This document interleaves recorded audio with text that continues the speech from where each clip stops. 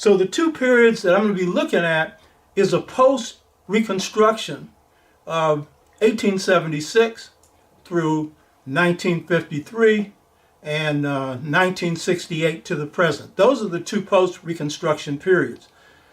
But before I get into the definition of that and what happened during that period, particularly the one that's going on now and how we can learn from the past, you have to deal with what that period was trying to overcome, and that was the first Reconstruction, and the second Reconstruction that follows will give you ideas of the value of those.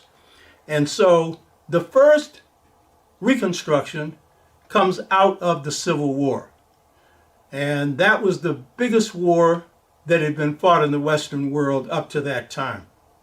And we know generally, in order for blacks to fight, something called the Emancipation Proclamation was issued. What we don't know is that there were blacks who were meeting and plotting what the strategy would be to push this country, when it engaged in a civil war, to emancipation. Most of us think that Abraham Lincoln freed us, and under no circumstances is that true.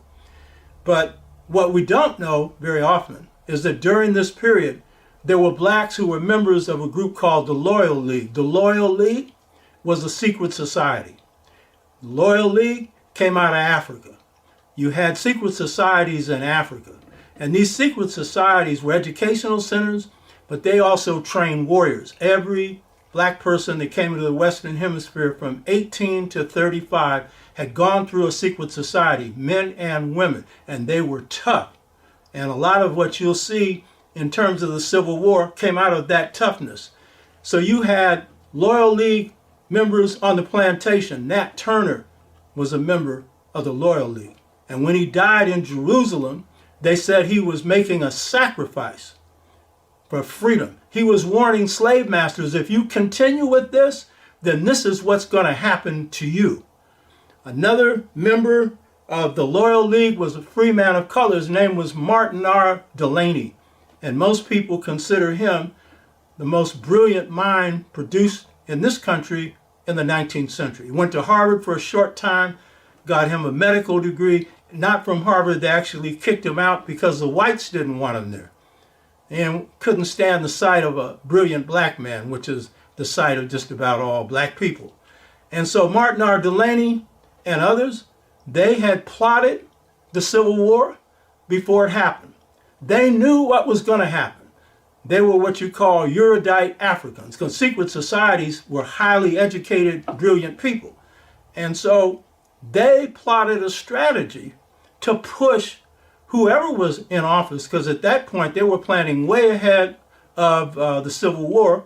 They didn't know who would be president, to push them to issue emancipation.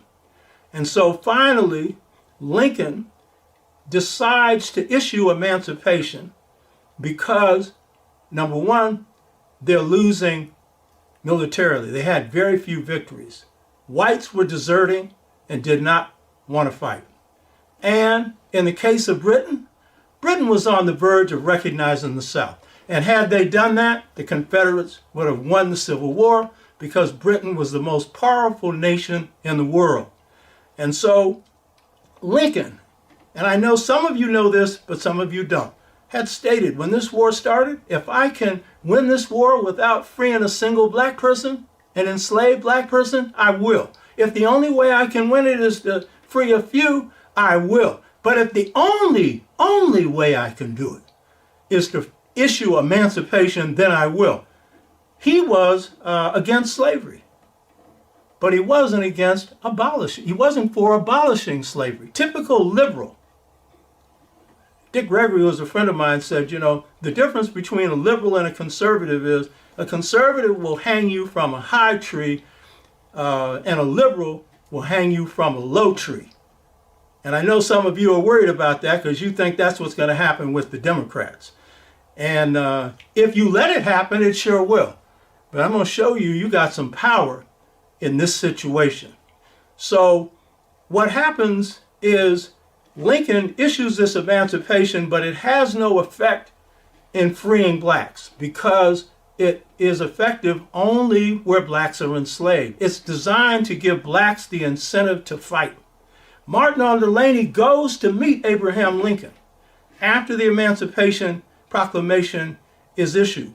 And Lincoln looks at him and says, Martinara Delaney starts to introduce himself. He says, I already know who you are. And Delaney tells him that he wants to be involved in recruiting blacks to fight, to pick up guns, to blow away those slave masters. Lincoln made him a major in the Union Army. That was the highest rank that any black had. And so when he went around recruiting, blacks flooded to the recruitment offices. But they flooded anyway, because now they had a war to fight for. So the key thing about all of this is, contrary to popular opinion, Lincoln didn't free us. His Emancipation Proclamation had no effect. And in fact, Martinara Delaney and others, they were worried that the war would be won before that proclamation was issued, because if it happened then blacks were going to stay on the plantation, because old Abe, in the end, he wanted to ship us out of the country when the war was over. It just didn't have enough ships.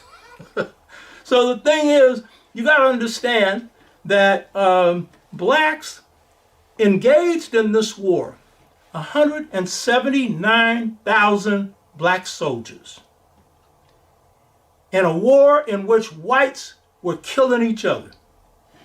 A war that was not fought for our freedom. It was fought to maintain the Union on the part of the North and to maintain slavery on the part of the South. And so what happens is, it's only when the black man, and by the way, we had black women working as spies. Some disguised themselves as men. Some of them were real tough. You know what I mean? And so what happened is, it was blacks with trusty Winchester rifles who did a favor to the slave masters. They made them holy, full of holes, and sent them back to hell where they came from. And these warriors were the baddest warriors that you could think of. So here's the point. Lincoln didn't free us, we freed ourselves. And here's the point. And this is the thing about understanding your situation today when you face the Donald. You understand? Who thinks that he has an entitlement to be in office forever.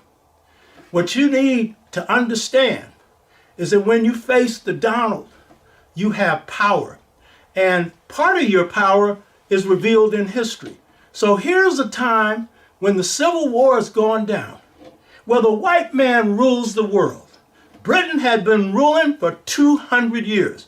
They said the sun would never set on the British Empire. They controlled India, they controlled Africa, and until there was a breakaway in this country, they controlled this country. Yet, black men and women determined the outcome of the biggest war ever fought in Europe. Why? Because when there was a division between whites, we were the balance of power. And we determined the outcome. And what I'm telling you now, this election coming up right now, you're going to be the balance of power. And it depends on how many of you have sense or nonsense. How many of you are smoking and joking? And how many of you are serious? Because some of you are saying there ain't no difference between Trump and Biden. That's the same people, who said that there was no difference between Bush and Gore. Guess what? Had Gore been in office, there would have been no war in Iraq. Be sure of it. Old George Bush wanted to, whatever his reasons was, he went in there. But the point is that we had the power to determine an outcome, especially when we see division among whites. And guess what? They're more often divided than they're not. So it is the Civil War that created the conditions for what was the First Reconstruction. And when we understand the First Reconstruction, then we have a better understanding of the Second Reconstruction.